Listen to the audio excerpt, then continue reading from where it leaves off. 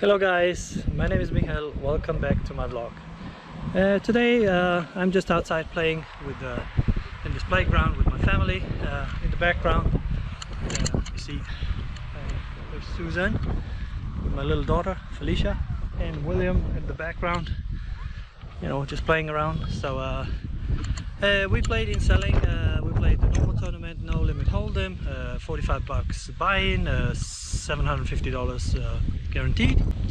Actually, this is the first time I'm using my new camera, GoPro Hero 7, and I think it's pretty amazing. Hopefully this will not offend any of you, because I'm a total amateur, so first times first.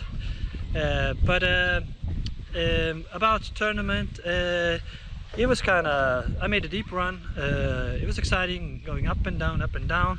So without further ado, let's just dive into it and enjoy. So here we go, lovely ladies and gentlemen. Ace-6 of spades, first hand. I got involved. It meant something. I believe we were 4 limpers here. And the flop was actually kind of nice. It's 7, 9, 8, 2 spades. I check. Now sometimes I bet, of course, to increase the value, but this time I just decided to check to mix it up a bit. I believe somebody bets 300. I call, and we continue. I believe only heads up. Those 2 other callers, I can see that. No matter. The last card, I mean the turn is great. It's 10 of spades. Now this here is where I got tricky here. With still 4 people in the hand, I decided to check for someone to bluff, or if they have a lower flush, to start putting some value where they believe they are ahead. So and that's why I decided to check here and to bomb the river. Somebody bets, I believe, 800, and I just decide to call here. Could easily raise, but then I would represent the stronger flush and would just get no more value out of it. So I decided just to call, because I have a monster. I'm not afraid of anything, unless somebody is sitting with a 6, 5, 6, 9 of spades, then I'm in trouble. And the river is just a safe card. We get 2 callers. Somebody bets 1,000. We 2 of us call. We're 3 ways now, and the river I never check. I want to go for value here, and I bet low. Don't want to scare anybody away. I just looks weird. Why would I check if I had a monster? So just to confuse everybody and get more people to call, it worked. Player to my left calls. He's got a king high flush, so and the other one had a straight, so they both called. So I believe I got max out of this hand, though I don't know if I would raise and the king high flush would call, probably, and get even more out of it. But that's just the way I choose to play this time, and it worked. This next hand is me and Thomas were going at it. He's saying, "Are you recording? I have a good hand. Let's go." And I said, "I'm up for it." So I opened to 700.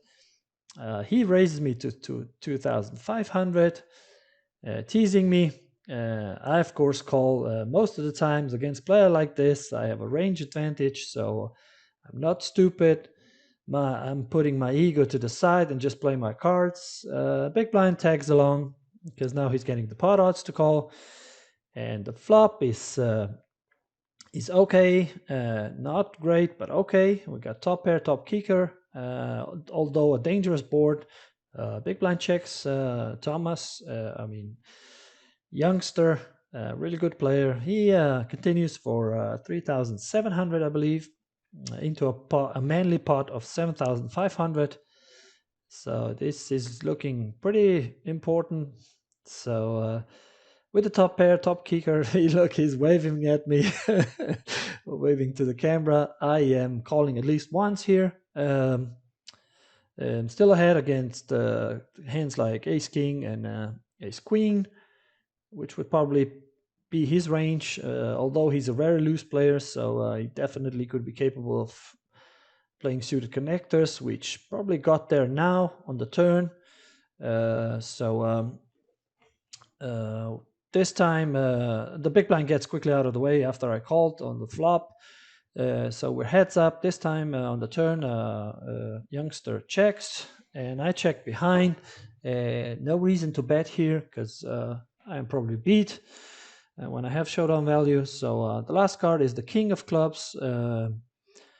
And this hand probably won't go check on the river, I presume. And this is where I make a mistake here. On this dangerous board, my 10 is never good. I should just fold, even though he's bluffing. But because it's for the vlog and he was teasing me, I just wanted to, catch him on a bluff. And I only have a bluff catcher. I actually don't beat many hands except Ace Queen. But I quickly call. He bets 2,500 at the end, and he's got King 8 for 2 pair, King 8 off actually. So this is just insane play, but he got there at the end and took me to Value Town big time. Well done, Thomas. You played me like a violin. So we move to this next hand. Ace 7 of clubs.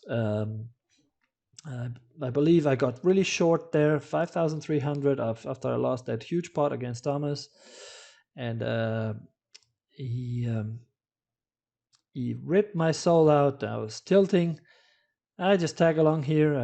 3-4 people limp, and we get to see a cheap flop here, and it's 5-10-3 rainbow, one club. I check with the intention to peel one more card because I have a nut backdoor flush draw. And somebody, I believe, bets. I call. I think it's 800 or 600, I believe. So gotta exchange some chips there. And the pot is only 1,200. So we go to the turn here, and it's an 8 of club, which is a good card for us. Now we have a nut flush draw with one card to come, and we're not going anywhere. My stack is tiny, so probably the best play here would be to jam, but I decide just to call.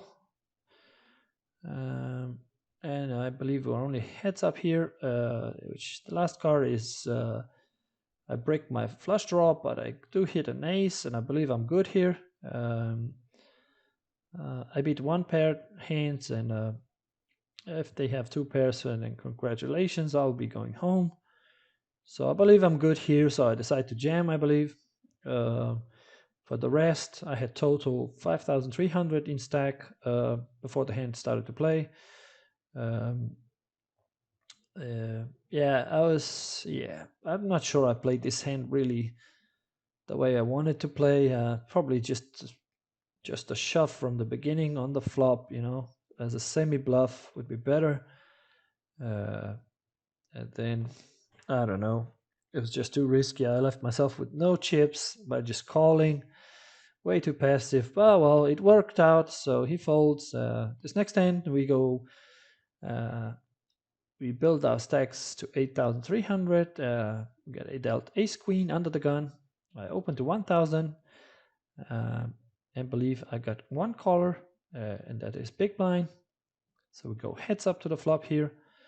The player to my right was steaming. He was hitting everything. This time it was my turn to win some chips. I hit my ace on this kind of safe board.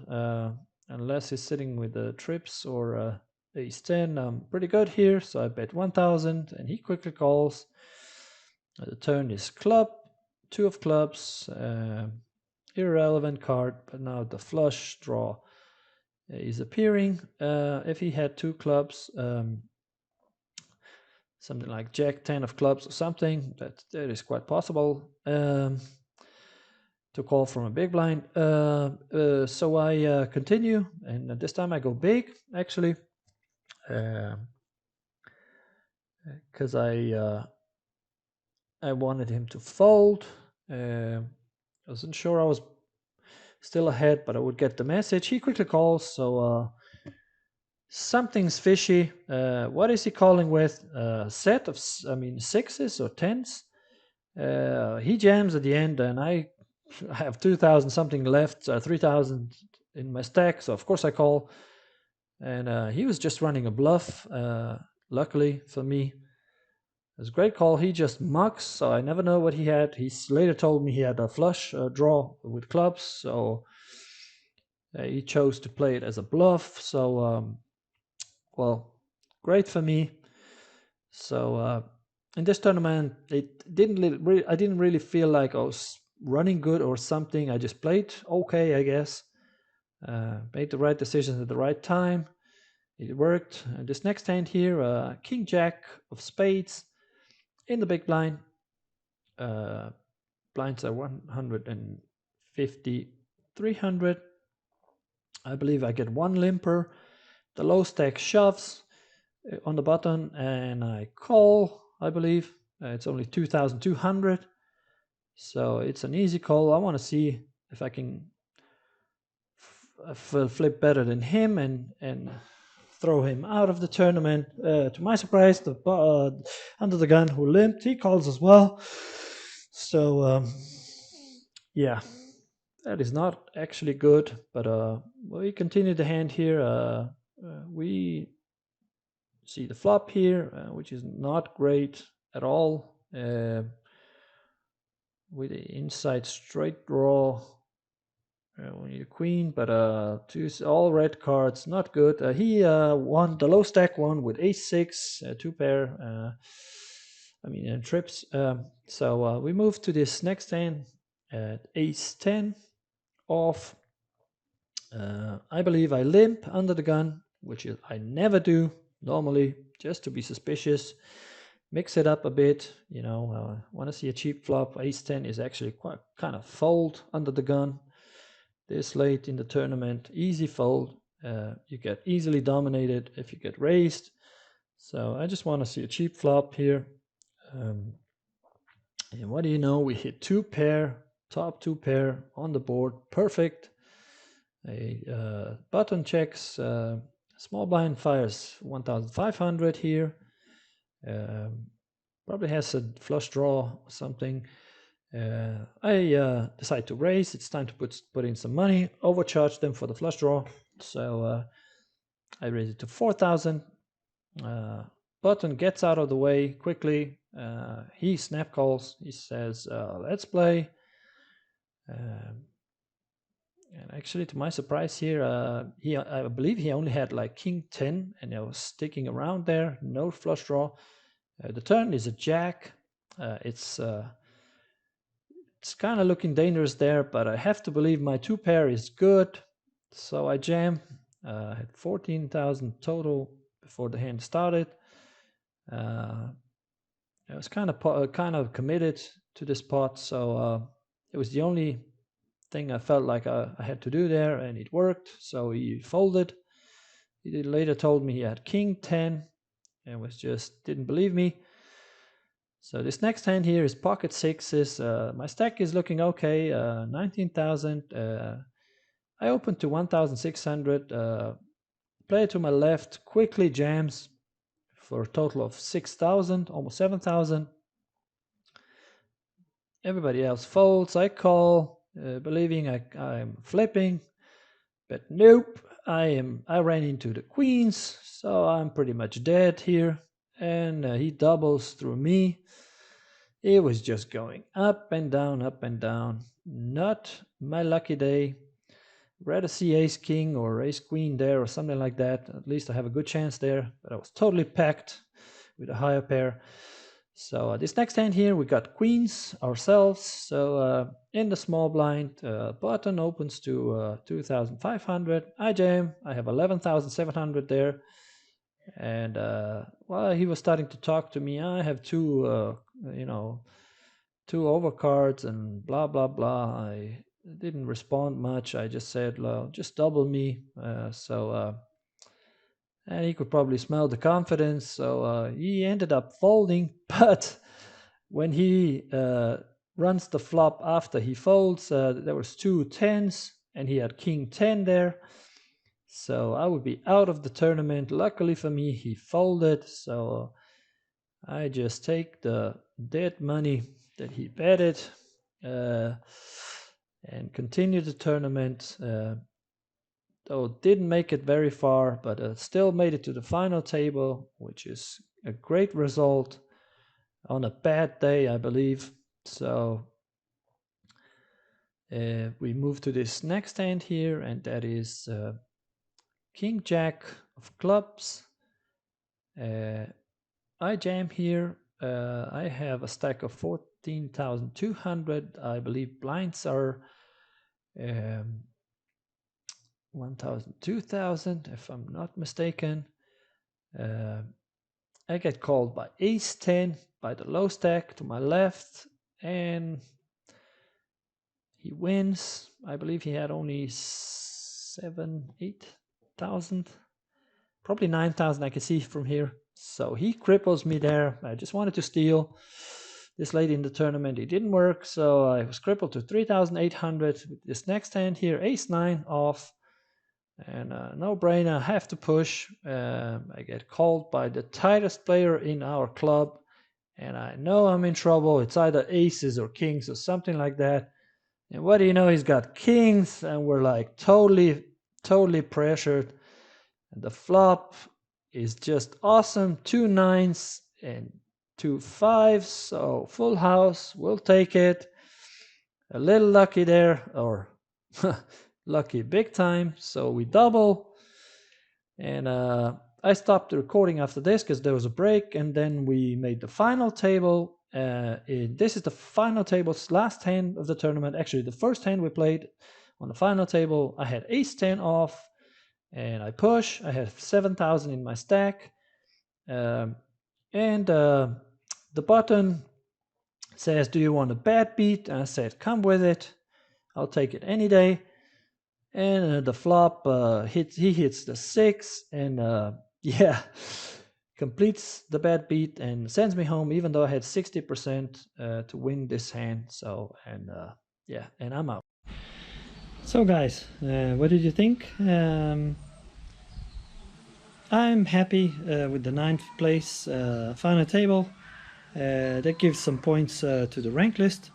Although I feel kind of played bad and made some bad decisions. By the way, 3 flips where I flipped and risked half of my stack just to win, and that is not acceptable. That is a mistake in my book. I have to correct that. So unless you have a huge stack, you don't take those chances. No need to risk that. So there was periods where I played really well. So by the way, a hand ace 10 where I was just at the end I was out flopped against king 8 against our youngster Thomas. He got me good. I'm not happy about that one, but he played well. So you know, in poker it goes how it goes. So and besides that, nothing special in the tournament. I didn't run particularly good, so I made it far anyway. So some things to correct and some things to applaud. So but next Monday we play in selling for 1,500 guaranteed dollars, and this is a huge one. It's actually tomorrow. I'm looking forward to that. This will be it for now from me. I hope you enjoyed the new camera, GoPro Hero 7, like I did. And from now on I will record my vlogs with that camera in 4K resolution, which is awesome. And in that stabilizer will help me with the shaking and all that. So I'm really excited to see how my next vlog will look like. And remember to like and subscribe to my channel. And I will see you next time. Take care.